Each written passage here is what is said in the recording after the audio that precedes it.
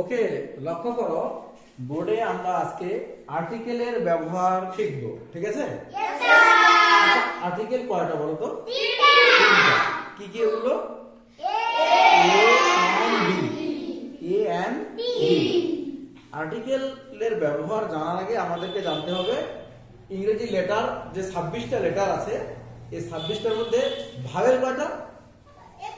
Vowel 5টা। Vowel কয়টা? 5টা। কি কি এগুলো?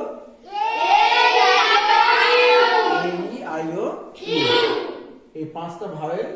আচ্ছা, 26টা থেকে যদি মোট লেটার 26টা, তাই না? 26টা থেকে যদি 5টাকে বাদ দেওয়া হয় তাহলে আর কটা থাকে? 21টা।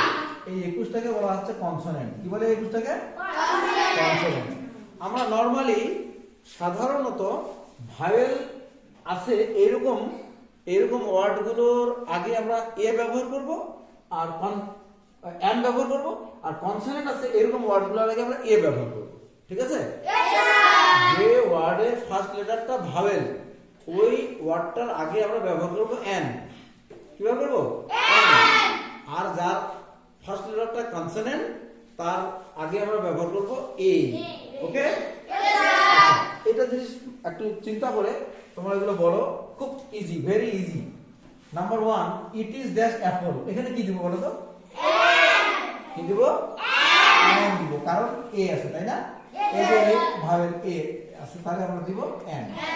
আচ্ছা, আই হ্যাভ ড্যাশ আমব্রেলা। এখানে কি দিব? এন, কারণ কি আছে বলো তো? ইউ আছে, তাহলে এন দিব। Okay? He eats dash egg daily. এখানে কি দিব?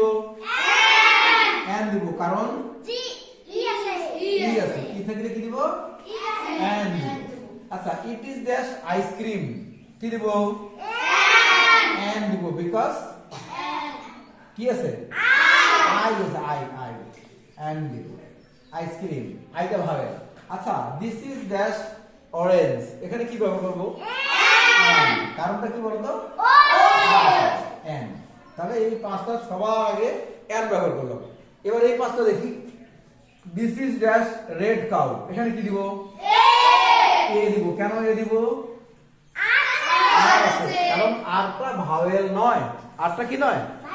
ভাওয়েল নয়। Number 7, she is dash girl. এখানে কি ব্যবহার করব?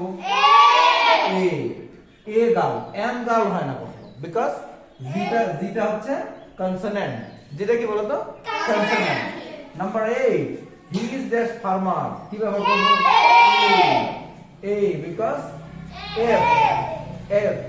F is not a vowel. এফটা ভাওয়েল নয়, right? F is a consonant. Okay, number 9.